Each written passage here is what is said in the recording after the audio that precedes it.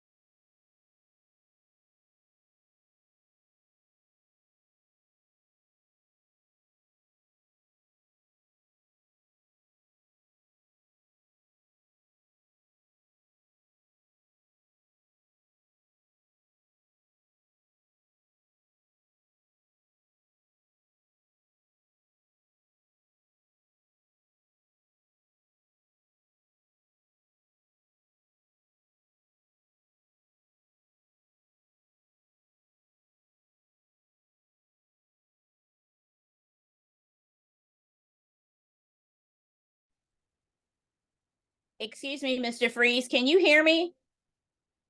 Great. Are y'all just not talking? Yeah, we're back on now. No, we just took a recess. We were trying to contact some of the other members to see if we could get a quorum tonight. So I Great, just making sure it wasn't a me issue. Okay, I'm gonna go back on mute. I was just a little nervous. Okay, thank you. So since we don't have a quorum, but I think it's appropriate that we hear the staff reports. since it's been about 2 months now. So I just turn it over to, No, hold on. Louis and Melissa. No, we have a whole bunch of stuff we can do. We can do the opening procedures. We cannot do item D. We still have to do the public comment. We can do comments by the chairperson. Yeah, we should, so we should do Okay, A, B, C. We won't do D. That's the only thing we would not do there, and then we can go into the report. all right, are we still on mute or are we back off mute? We're off mute. We've been off. mute. Okay, well, I'm just going to start and we're going to go through a number of the things that we can do without a quorum. Isn't very much, but we'll something. Somebody join us, so it looks like maybe it's Miss Mom. Yes, just joined. Oh, it Miss is. oh, sorry, Miss Mogul, so great, Okay, so we can go back to the, whole agenda. So let's just start with opening. Miss Ma? procedures. She's currently on mute. oh, okay. Well, with that, we do have a quorum, so let's start the meeting. Pledge. I pledge allegiance to the flag of the United States of America and to the republic for which it stands, One nation, under God, indivisible, with liberty and justice for all. Okay, thank you. I'd like to start off before I call the roll, by welcoming our new member, Miss Ma. Are you there? We still show you as on mute, so if you're trying to speak, you will need to go off mute.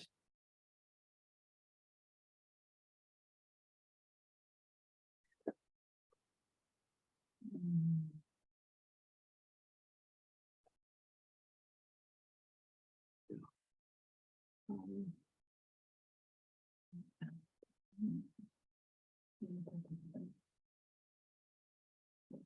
What's her there? Asked to unmute.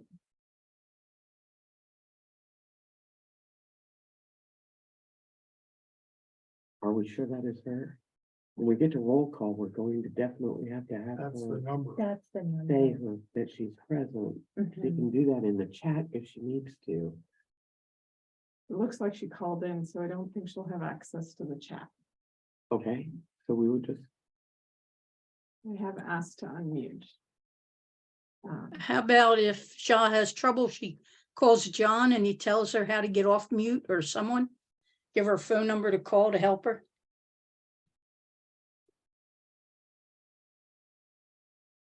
I'll have to email her because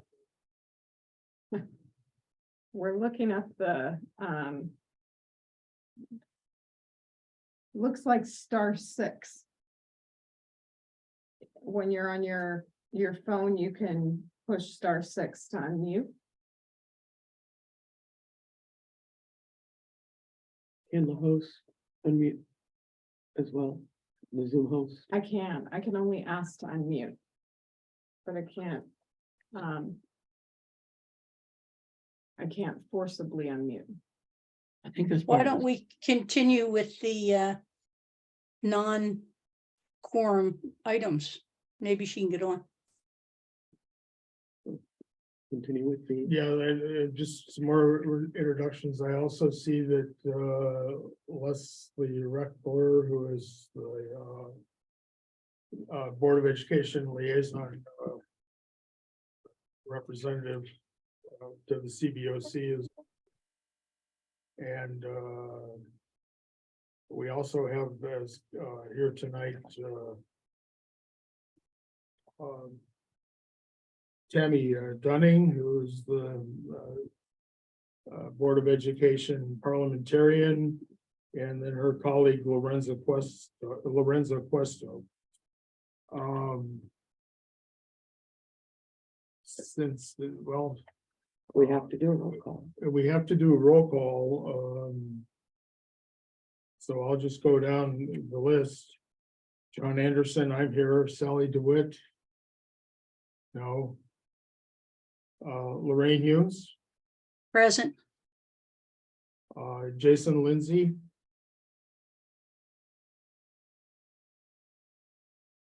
John Ma. Now we can't get a response. Right, it looks like if you dial *6, it should unmute you. She's having problems with passcode. Good, good. Thank you. There we Okay. we have it. Okay.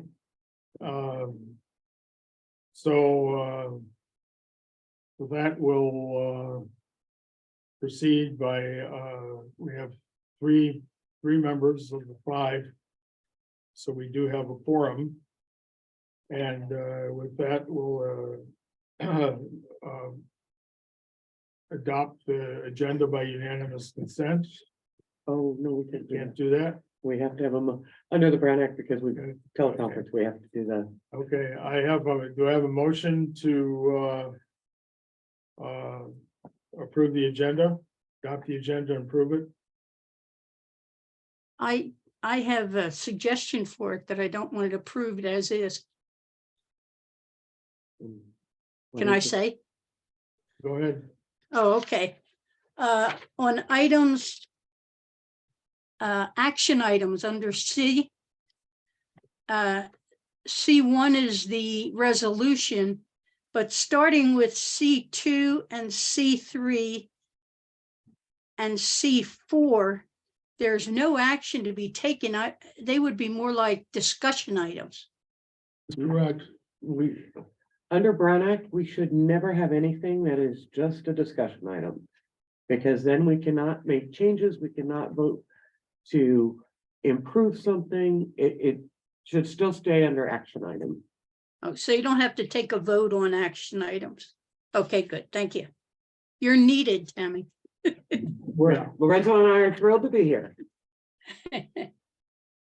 So did you want to put forth a motion to adopt the agenda? Yes, I will put forth a motion to adopt the agenda as is. Do I have a second? Ma? I can't second it. Shah, can you second it?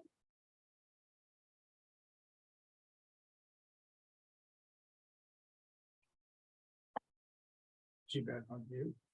It does not show. There's no show on you. However, if we did start talking about the agenda, it's an automatic second. Leslie has her I'm hand. sorry, I have a point of order. I hate to interrupt these meetings, but can the chair not second an agenda item, Ms. Dunning? No? We're under Robert's Rules of Order. So the chair cannot. Again, Thank you. Okay, thank you. if Lorraine started to talk about the agenda. Okay. I can do that. I have a question for Tammy.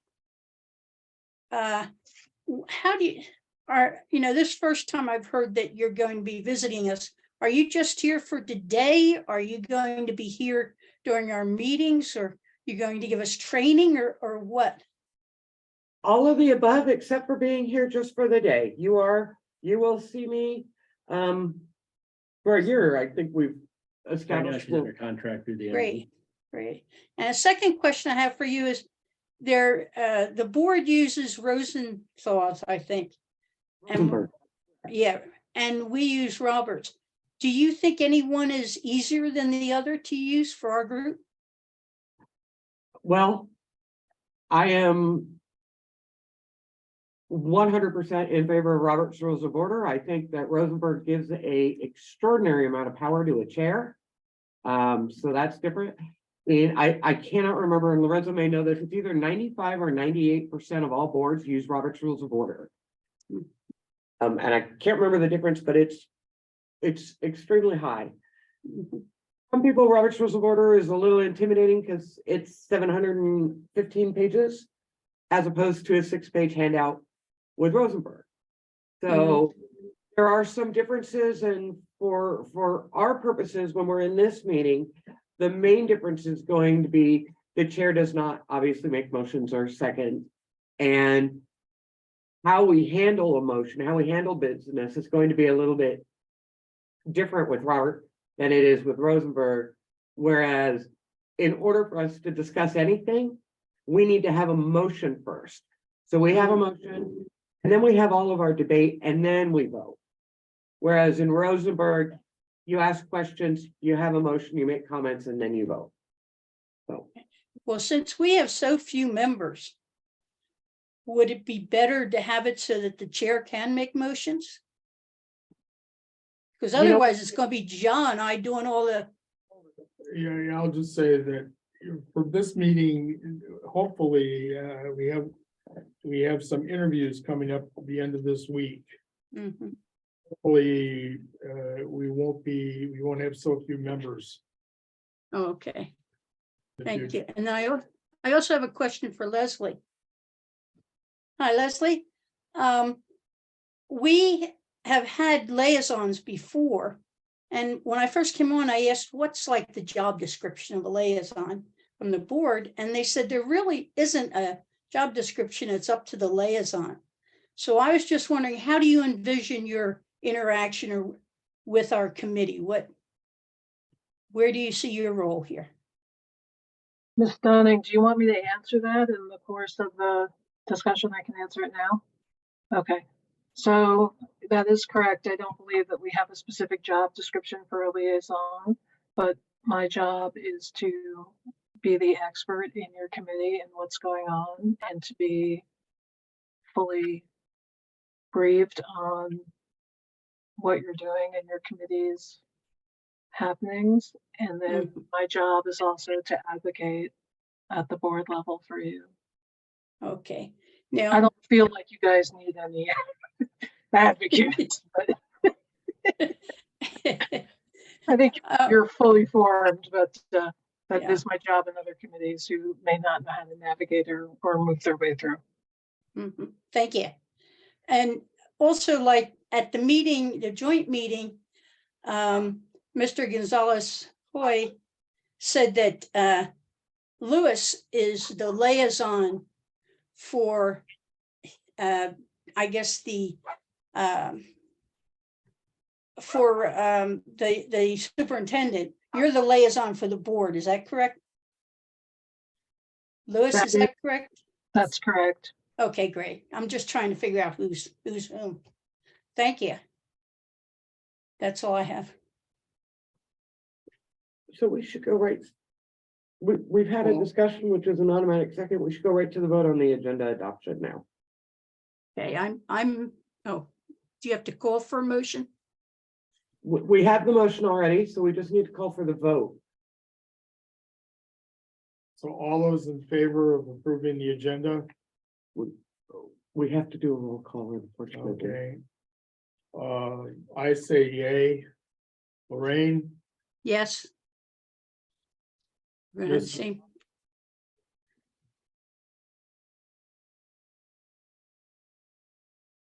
no, Let's just move on. let's move on. Public comment. What was the result Uh, of the vote? Oh, the result of the vote, result of the vote is, unanimous. yeah, 2 yes, 0 two no. yes, Not unanimous. one not voting. Now we're on the public comment. Is there any public comment? Is there any? I see no one with their hand raised. Okay, if not, we'll move on to Lorraine, actually. So a Pardon?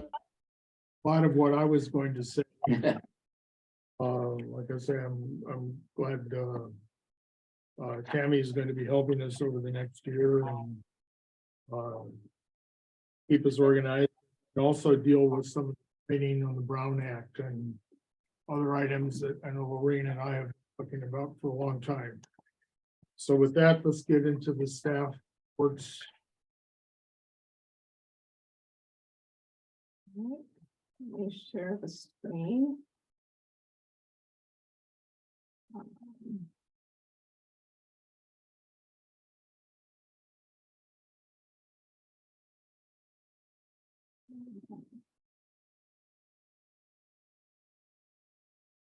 Good evening, everyone. Evening. So tonight, we're coming forward. We were slowed a little bit by the rain, so that's gonna be the answer for some. But we had 2 months of work to show, so luckily we've got things to report. Kennedy and Richmond, we're still working on getting an architect, so the RFP process should be issued this week. Shannon, critical needs NPR, we are responding to the back check comments and getting additional comments back from DSA, so we're in that process. We're hoping it will end soon, but we don't have a lot of control over that, so it will be what it will be, but hopefully soon we will be out of DSA. For procurement, we have Hercules and Riverside that we're working on the bidding process. And then in our construction, we have Lake, E-Rate, Collins, Cameron, Kennedy, and Pinole Valley High School. Pinole Valley High School is getting very close to the end. We've turned over all of the facilities. We're just wrapping up a few punch list items and anticipate one additional change order. So, but for Kennedy, we are in a very fun spot because for months we've been working, and I get to show you a little bit here and a little bit there, but now things are starting to come together. So at the Kennedy field bleachers and press box projects, the overall scope was mostly about replacing the turf and the track surfacing, adding new bleachers, a new press box, as well as either relocating or refurbishing the field track events. So here we are, we have our new press box and home side bleachers, which are on the opposite side of what you may be used to in the old days.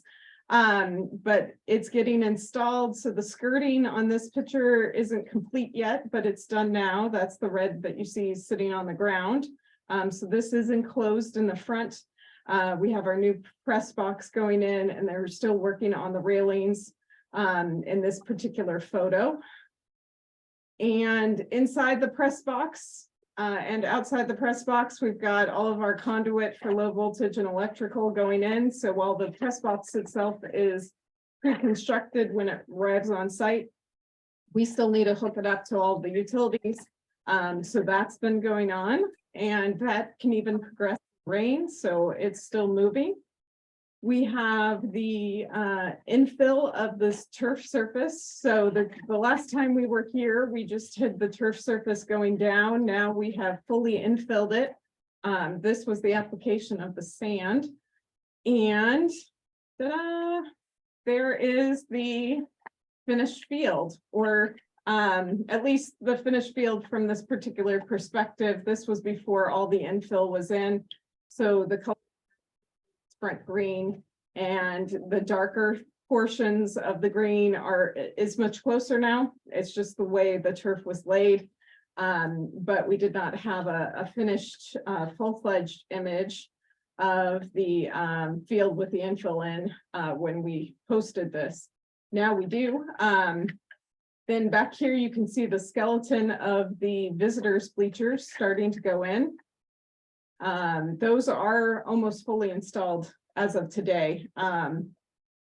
We put in new field posts and new soccer goals.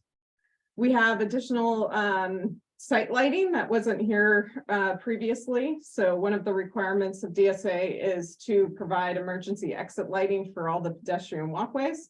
So now we have pedestrian lighting around the edge of the field. We also installed a new water fountain and bottle filler on the back side of the restroom. To be able to do that, we had to get into the restroom wall. So You can see this was the before, or while we were in progress there. They filled the tile in and that turned out pretty nicely. We were able to find matching tile, which is always exciting. So lots of things happening at Kennedy. For Cameron and Collins, critical needs projects, just as a reminder, both of these campuses are receiving new heating, air conditioning, and ventilation systems. They both had an existing boiler system that is being removed. And with the new system, we'll be adding air conditioning. But on top of that, to be able to support that air conditioning, we had to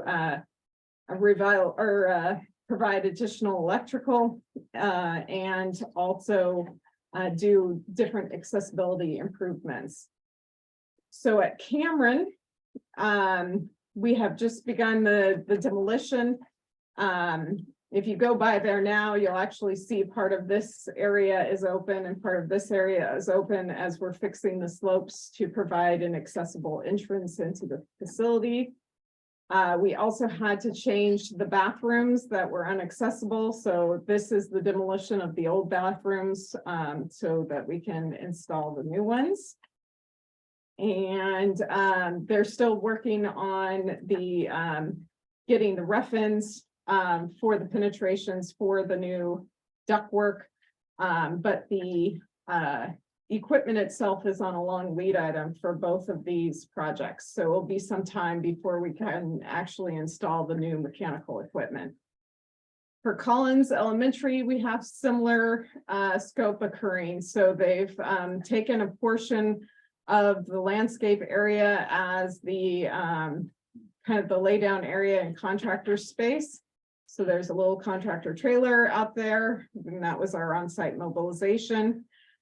During the break this last week, they were able to get some work done, again, trying to do layout for the penetrations for the new mechanical equipment, as well as work out in the parking lot to be able to complete, again, accessibility and grade improvements.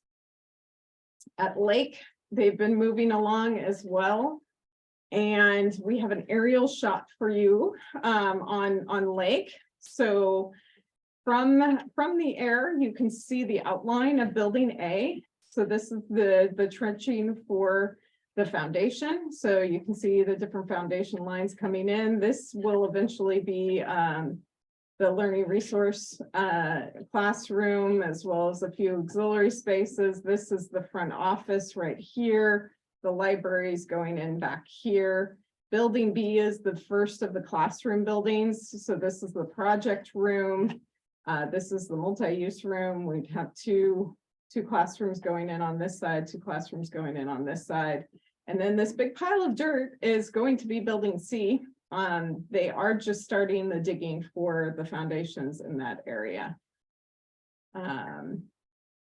So from the ground view, this is what it looks like. The contractor did a really good job of winterizing. So we have fabric up to protect the trenches, as well as the slurry coat in the bottom. So that allowed us to work in between rainstorms and continue to install different items. And here you can see what it takes to run a school as far as the low voltage goes. So this is one of our main trench lines that lead into the MDF, which is the main distribution center for the campus. So all of our low voltage, which includes data and phones, security,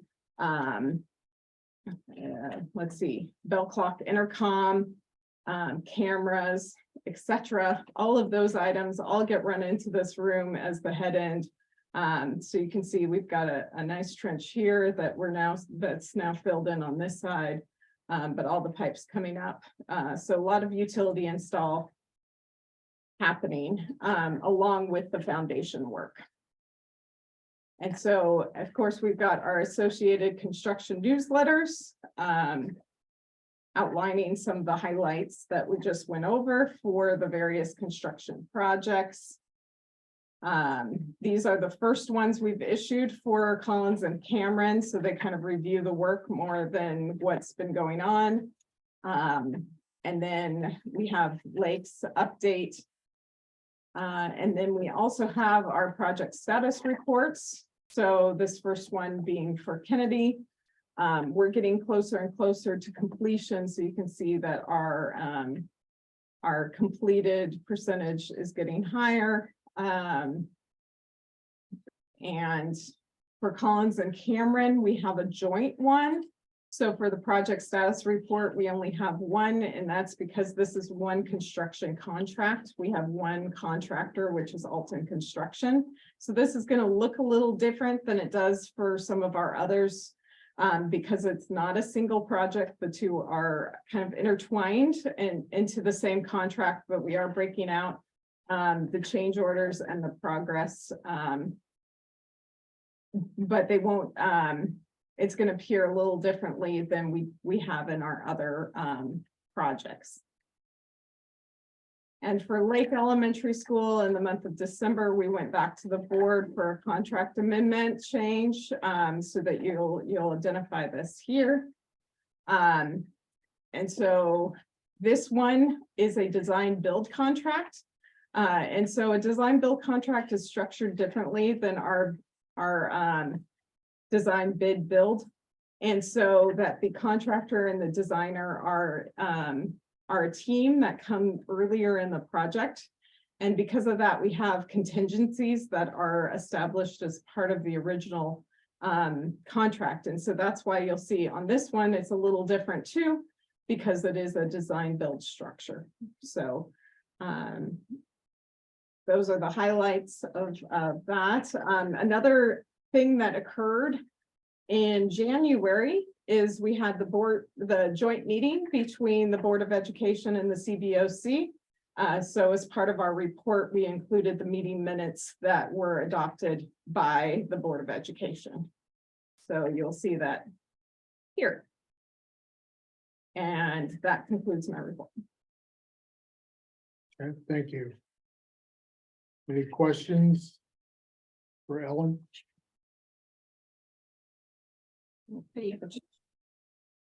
Ray? Yes, I have a couple questions. Ellen, I remember in the prioritization committee, they came up with the top 3 schools. And then it was Cameron, or I'm sorry, it was Richmond and Kennedy and Stedge were the 3 schools.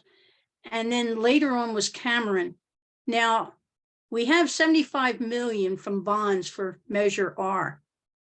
The work that you're talking about with Collins, with Cameron, is that coming from a bond Measure R? No, it is not. So it's coming from D&E. Okay. And so the board directed us to concentrate on Kennedy, Richmond, and Stege as the 3 schools for Measure R. But budgets have not been formally established by the board as of yet. Do they have any idea when they're going to get back to that? Yeah, so currently we're in the process, you saw earlier that Ellen had presented that we were looking at the RFQs for Richmond and Kennedy for architect selections. We're in the process of getting ready to issue the RFQP, which is actually the pricing component of that. So we can select an architect for both of those projects. So we can go back and adjust the scope, project budget, and bring it back to the board for approval. And in my last statement, the only expenditure that has been approved for Measure R is the Kennedy Bleacher Field project. So Right. Established. Yeah, good. Good, thank you. And then the second question is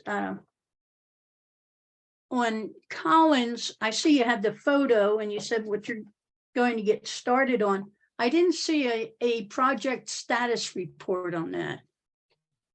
So it's together, Cameron. So the Collins and Cameron are together on one status report because it's a single construction contract.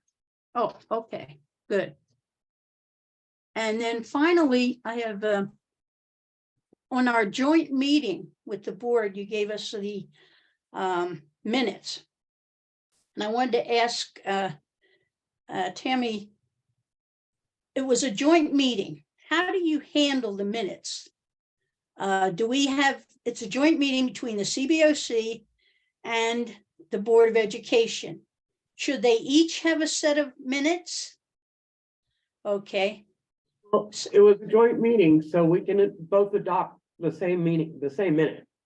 Because okay, now these have already been approved, but the CBOC never had any say in them. They never got to review them. we should have, and we can review them. We have them in the packet now, but it is not on our agenda to approve them. We can put it on the next agenda to approve them. Good, There's- I appreciate. Minutes are not something that should be contentious. So unless there's something in there that you know, someone did not vote that way, or they, what many people think is that we should have minutes that are an actual court transcript, and we should be keeping track of discussion. These minutes actually include far too much than it is required. We should only be recording and putting in our minutes actions that we take. There are very few exceptions to that. So the minutes that were taken and provided are actually much more detailed than need be. Okay.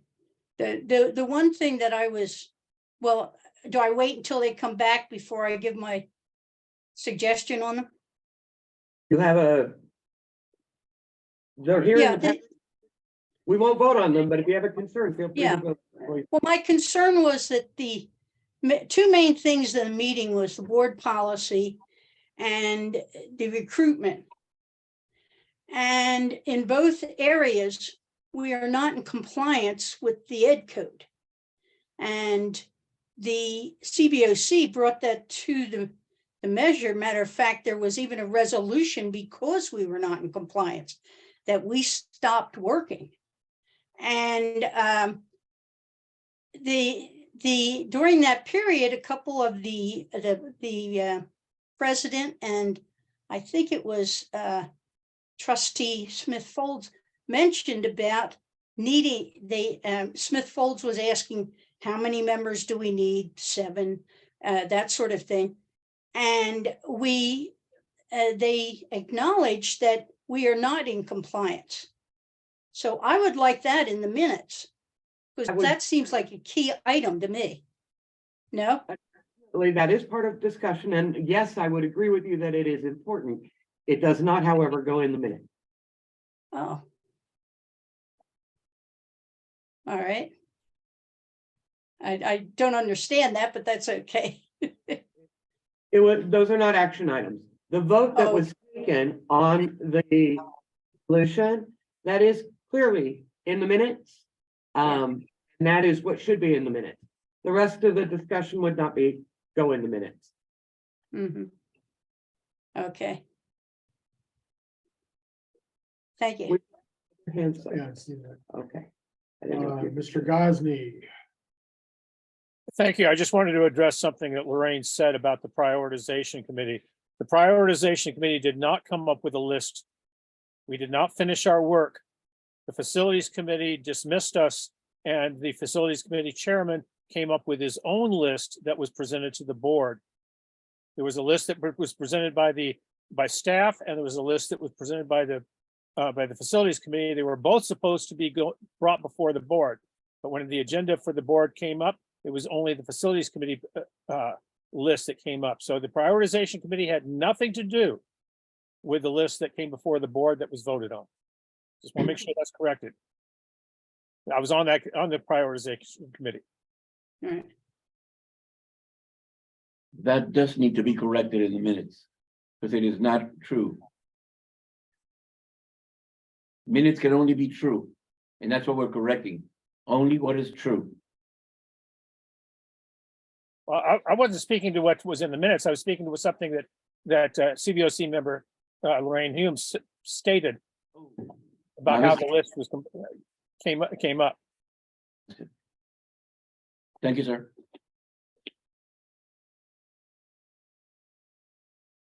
I don't see any other hands up. That's fine.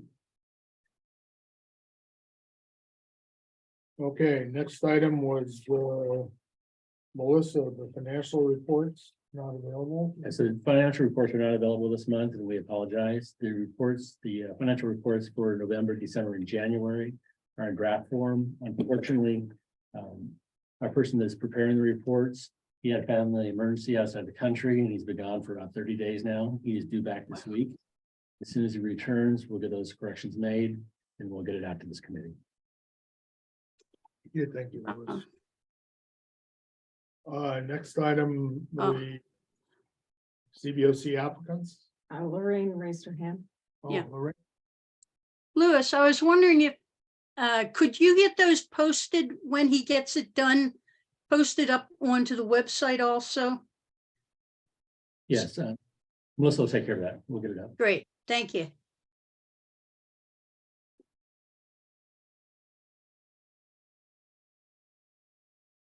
I'm sorry, John. Okay, the next item was that applicant status of applicants for CBOC. Yeah, so the good news is we have 3 applicants. We are scheduled for interviews this week. And hopefully we'll be bringing those to the board for approval. We're continuing to do recruitment effort. Our communications office has been doing outreach. And I'll bring that outreach and what we've been doing at the next meeting and share that with the group. Okay. Status of the, Oh, Lorraine has her hand up. you have your hand up, Lorraine? Yeah, Louis, I just wanted to make you aware of Sally 6th year here. The end of her 3rd term is at the end of this month. She's the business rep. And Jason's is on June 1st. That'll be the end of his 1st term. So they're potentially, since Jason has been having a hard time getting here, he may not ask for a 2nd term. So I just wanted you aware of that. Yes, we're aware. We saw the tracker. Great. Okay, item F, status of board acceptance of bond financial and bond audit performance for 21.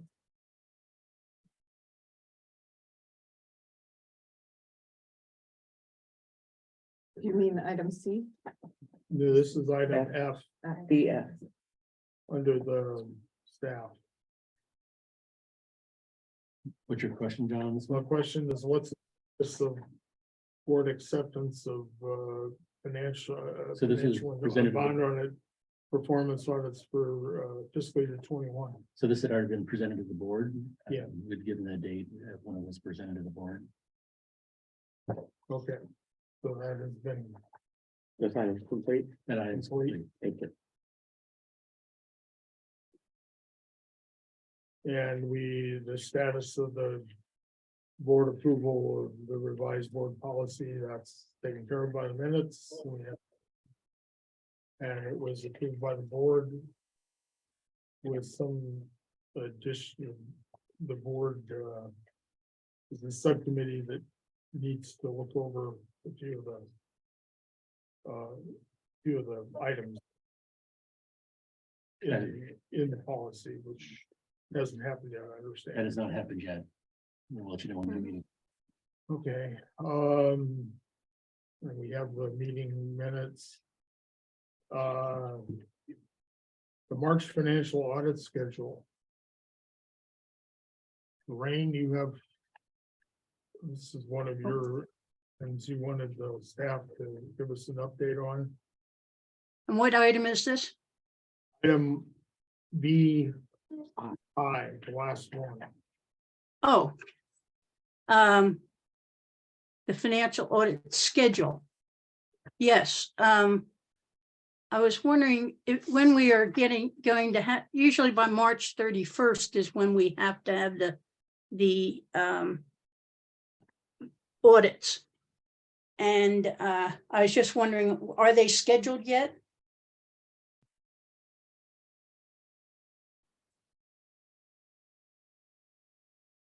Melissa? Hi, good evening. Both the bond financial and bond performance audits, are in full swing. I don't have a date when we expect to see the draft report at this time. I can follow up with the auditors to request that information.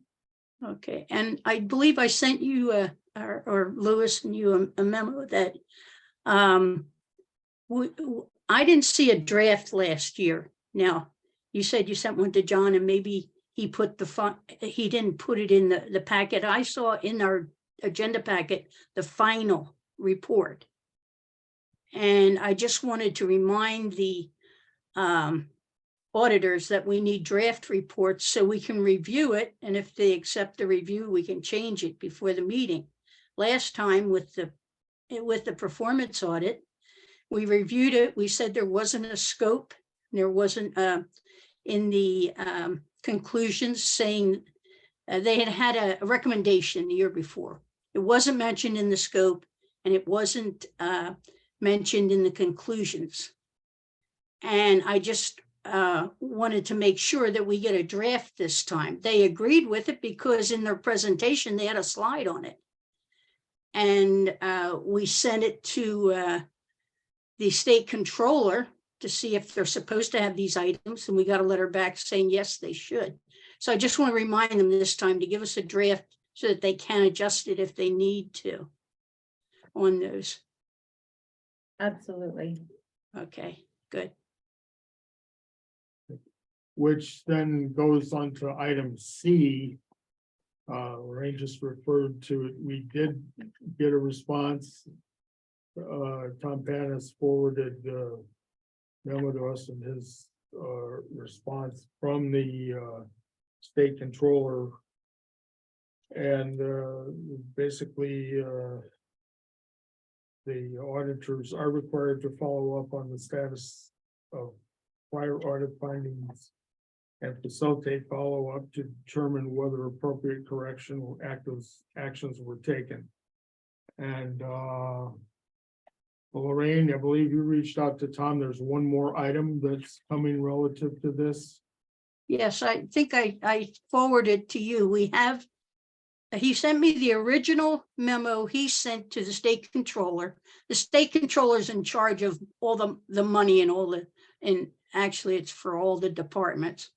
And they're interested in waste, fraud, and abuse. The state controller is the one who writes up the standards and revises the standards for the audits. So that's why we sent it to them. So we have the letter that Tom sent to the state controller, and we have the email letter back from the controller, and those will also be included in our report that'll be posted to the website. The one thing that is missing from what's in the attachment is the Response, yeah, direct response from the auditor. right. Okay.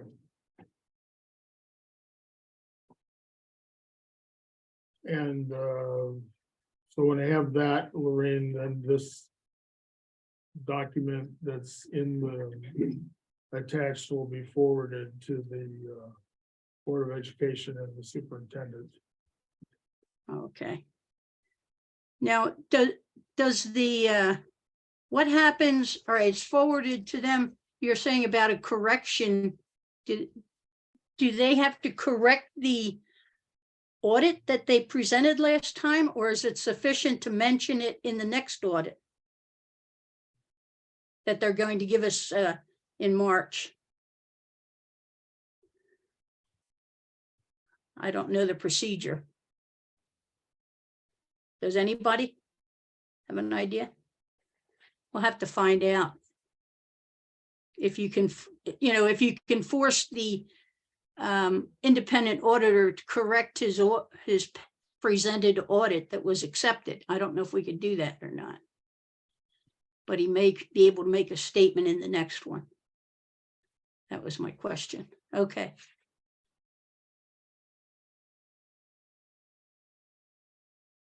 That's all I have. takes care of, I believe, item B as well.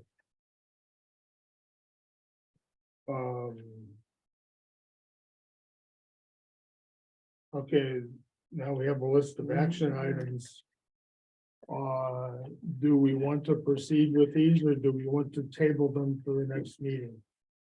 Well, we I'm don't, sorry, postpone them. perfect. And if we proceed, if we would like to proceed with these as are on the agenda, we would absolutely need to have the member, Ms. May, Ms. Mott. Ms. Mao, be able to vocalize. Is that, I believe that she had her hand raised. Or write in the text. does she have? yeah, I No, haven't she seen it can't. on She got there. the phone, that's right.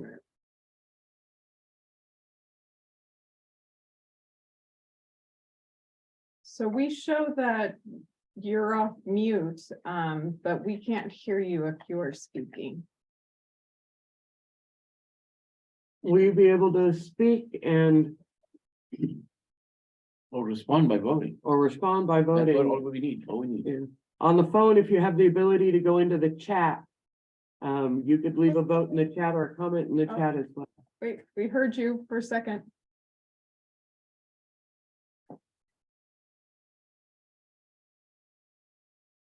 Sounds like a technical difficulty on her phone. What are the options under the three dots? It does allow you to. What are the options there? Rename, I can't read it, it's too far. Mute pin, hide non-video, rename, put in the waiting room, remove or report. Not, none good. Nothing good. Well, since we can't really take a vote, we Yeah, just have to postpone this to the next to the agenda. next agenda. We'll move to C2. Right. Okay. Lorraine, Yes, so we're gonna postpone this to the next agenda because we don't have the ability to have three votes. Yeah, and we Right. don't even, at this point, sure if we have quorum. okay. Are we at F or G? We are on C2. Now we're on C2, which is the annual report for our Oh. court. Yeah, right. Okay, the annual report, what happened with that was we are in transition. The board, the previous reports for the annual reports went for the CBOC for the calendar year. That would be from January 1st through December 31st of the year. The audits and the financial reports and all for the district are on the district's fiscal year, which goes from July 1st of one year to June 30th of the next year. So we passed a resolution 21-3 to make these coordinated. So in order to do that, we have to have a transition period, and that's what this annual report was going to do. However, and we were going to break it up into two parts. The first part was going to be the audit, which doesn't change. That's not going to change during this transition at all. So the first part would be the audit, and the second half would be the reports, the financial reports, the construction reports. We had hoped to get them all out in November of 22. However, we passed a resolution in September of 22 to cease and desist our work due to the fact that we were out of compliance with the number of committee members, and they hadn't passed the board policy yet, which would establish independence for the CBOC.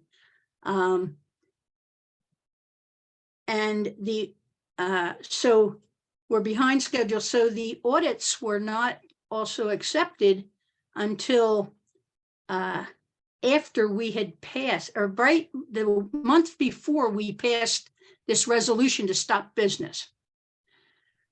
So we couldn't have put that first section in before they accepted the audits.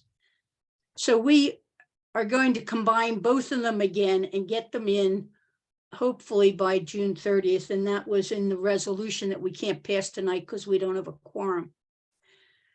I was planning to set up by March, to set up assignments for doing the audit. How we handle it here is that everybody helps preparing the audit report, but they're committee members, ad hoc committee members that put it all together and run the process. So I can still do that for the next meeting. And we'll pass out the assignments and people can start working on their sections. So that's the plan right now for the annual report, but we can't really even start it. I can put that out, but we can't start it until we pass the resolution that we're going to restart. That's another question I wanted to ask Mimi, is that in the past resolution, when we stopped working, 2204, I think, 2204, we said we were not going to start again. And it's in the booklet here. Let's see, I have the page number, I think.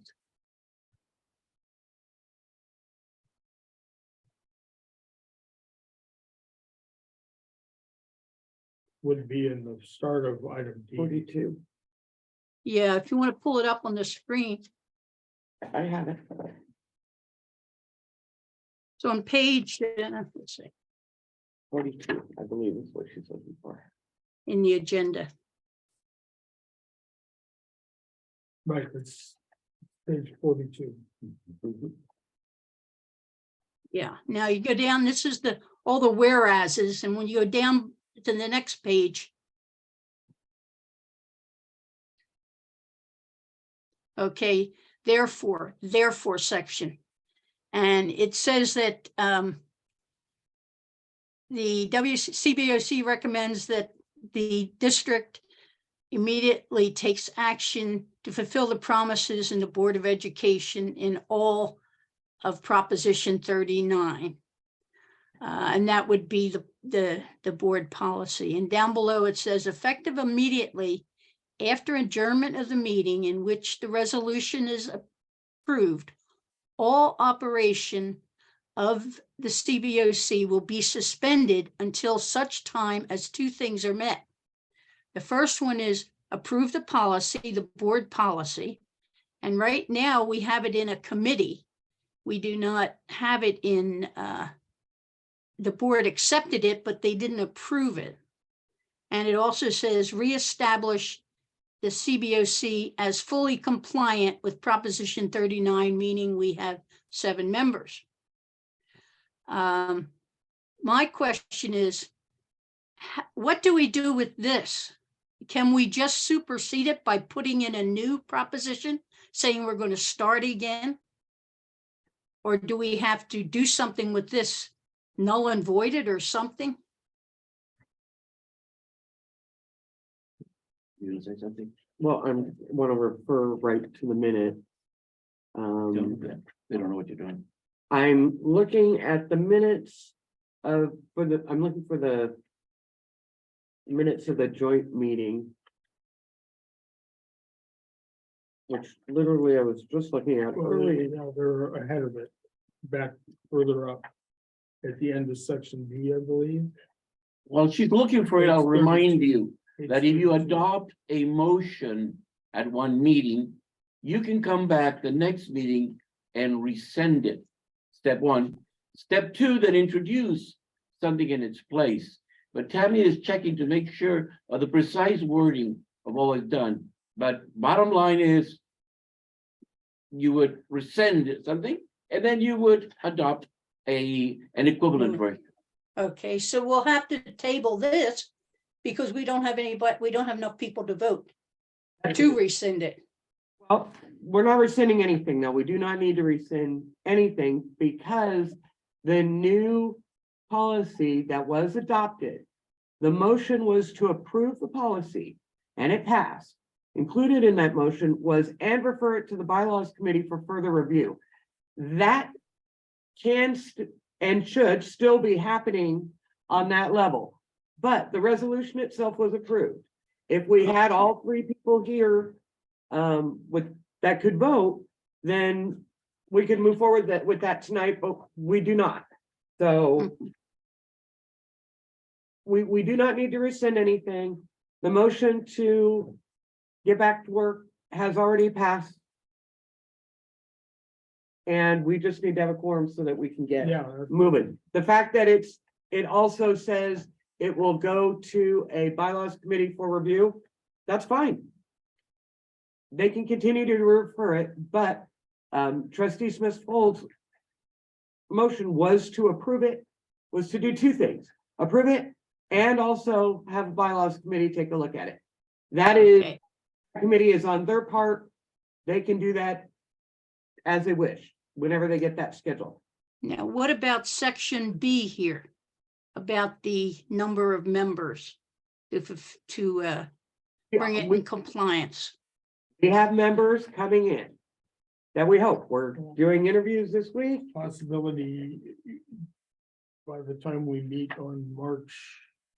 At our next meeting, yes. 13th. We will Yeah. have. I understand we gotta have 8 members. Why do we have to have 8 members? We could have 8 members. Great, we have could 3 have 8. candidates. We could have as many as 8. Great, but But we, still, you know, the terms, Sally's term isn't up until the end of March. That's why I threw her through the April. great. Well, hopefully by the next meeting, we'll have our minimum required. Okay, great. Thank you. My pleasure. Okay. See, we need you desperately here. Um, Yeah, we come to training for new members and really is Brown Act, what's yours? Okay. So Brett Act, I'm sure you're all aware that the governor is ending the state of emergency.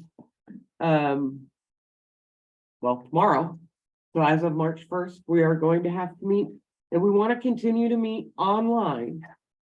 We absolutely can. There are a lot of conversations about how we would need to do that.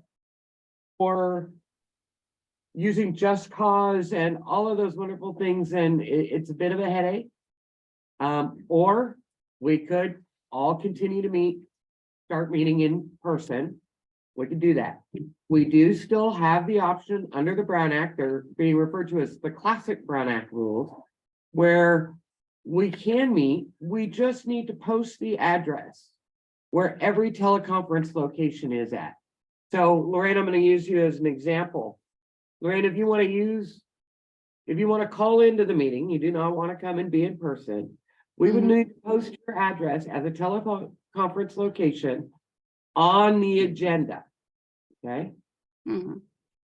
we do not have to identify that that's your actual address. Uh-huh. Those are the classic rules. Okay. With the new rules that are in addition to that, I'm sorry, Leslie, I saw you waving. Did you want to comment on that? She doesn't know you talked to her. Oh, 1 minute. Sorry about that. Yeah, that's a traditional Brown Act. That's not under the state of the emergency, which goes until 2024. Well, the state of emergency is being ended by the governor.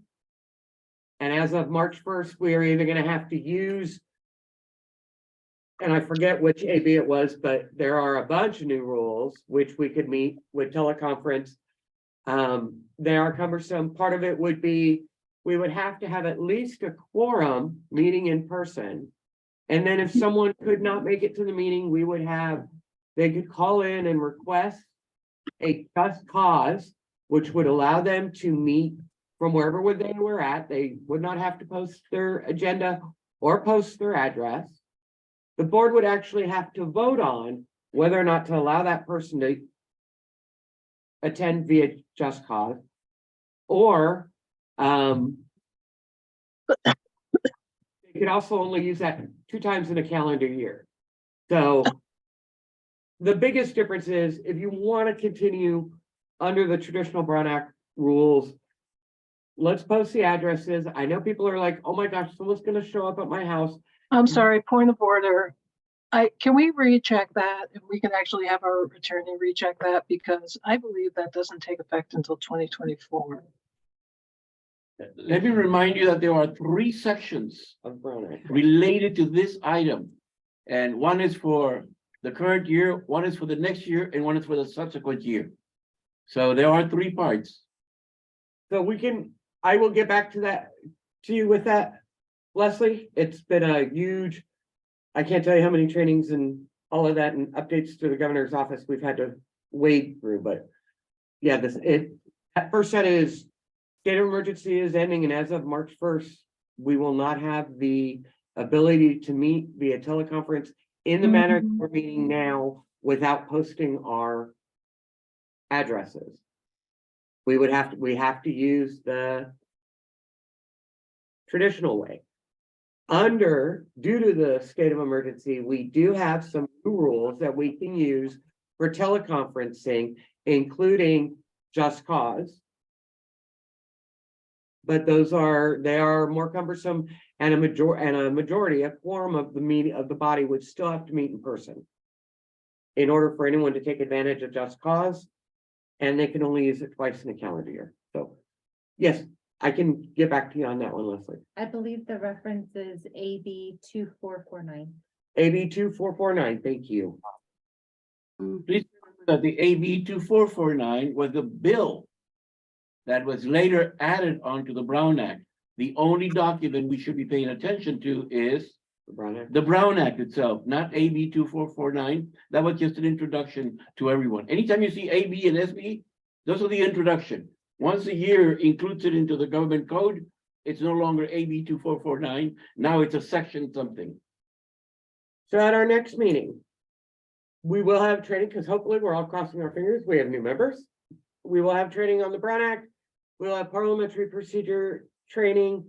We can talk about your bylaws at that time if you like, or we can do it later. We can talk about the website, and Lorenzo and I will be providing that training at our next meeting. Thank you. We have one comment. We have a comment? Yes. Don, Thank you. Please correct me if I'm mistaken, but I thought that the requirement was not just to post the location for the remote participants, but also that the public had to have access to participating at that address, which means, Lorraine, do you have an extra chair that I can sit next to you? Sorry, sorry, please let me finish. We've run into this with the city of Richmond, where the mayor has been at a conference, and he had to post a notice outside of the door of his hotel room, and he had to open the door to allow the public to access it if necessary. It's more than that. It must be ADA compliant, not just anybody's residence or garage.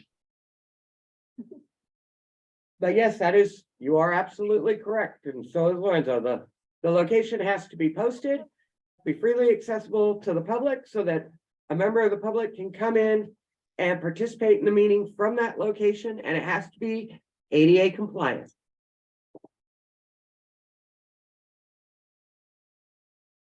okay, so that is one other thing besides the Robert's rules, but what you're gonna help us with is the Brown Act training now. Absolutely.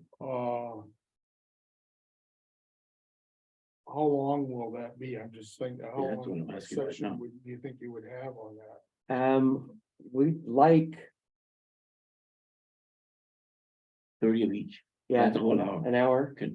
Yeah, Can you so afford that that? may be something, once we get the other members on board, that we may have to have a special meeting for that. We can do that. We can do that. Yeah, or we can break it up into parts. Yeah, because our agenda next time will probably be We can, filled with the action items. Yeah, or like I said, you can break it up in two parts, do 30-minute sections. Yeah, Sure, well, I have your email and phone number, so you can absolutely. have a conversation offline. And then, the other, training, I think, the other thing I added on this, Lorraine, you're more familiar with it, is that, for new members and that, the CABOC website probably has some good things for, new members. Yeah. We had done some training last year, and these are the three things we went, and what we essentially did was Melissa took us to those websites and we went over them, and she talked about the district's website and how to get around on it. We don't have to do that training with the Brown Act. We can do that later. It sounds like the Brown Act training is going to take a while, and you're going to need about a half hour for these tours, not each, but together. So maybe we can postpone that until another time. Yeah, it would be I think it'd be we'd just have a separate training session Right. that we can, we're focused on just the aspect, the Brown Act and some other of these items, so. Mhm. And with that, the rest of the information on here. Yeah, we've listed subcommittees as we see them right now. We had a comment on the last. Oh, Don, You're muted. You're Don. mute, Don. Some people prefer me that way. Several years back, when one of the district's attorneys was providing Brown Act training for the board at a public meeting, they had a very handy booklet. It wasn't a pamphlet, it was a hefty booklet in digital format that we were able to distribute to the CBOC members. I will try to find it and provide it because it may be a good aid. Now, granted, the Brown Act has, I'm sure, there's been a few amendments to it since that came out, because it's got to be 4 or 5 years old, but it's a good starting point. So, League of Cities is actually working on updating sorry, that. you go ahead and talk. The League of Cities, the pamphlet you're referring to, great pamphlet, they're working on updating that. No, this was not from the League of Cities. This was from the district's attorneys, Lozano Smith. That's it. Why don't you send it to her and let her look at it if you find it? I just said I will send it in, but I don't have any contact information for your parliamentarian. If in the Zoom participant list, I've put my email as my name. So anyone, if you have any questions, you can email me.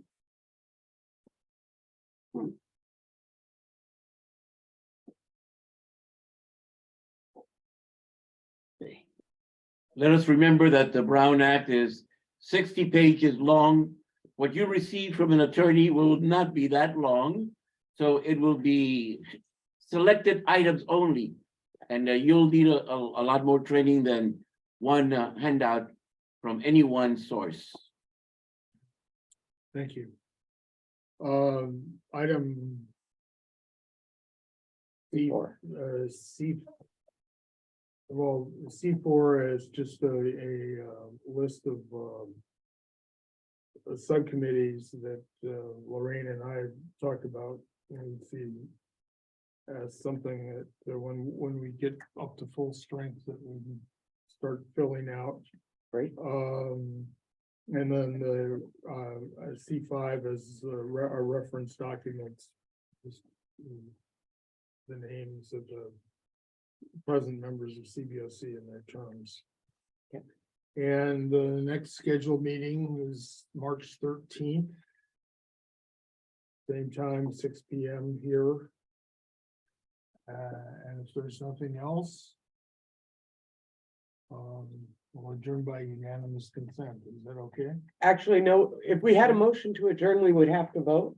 However, we've reached the end of There's business. nothing else. And under Brown Act, we're not adding Okay. anything, so you can just announce that we are adjourned and We at are what adjourned. time? Declared. We're adjourned at 7:20.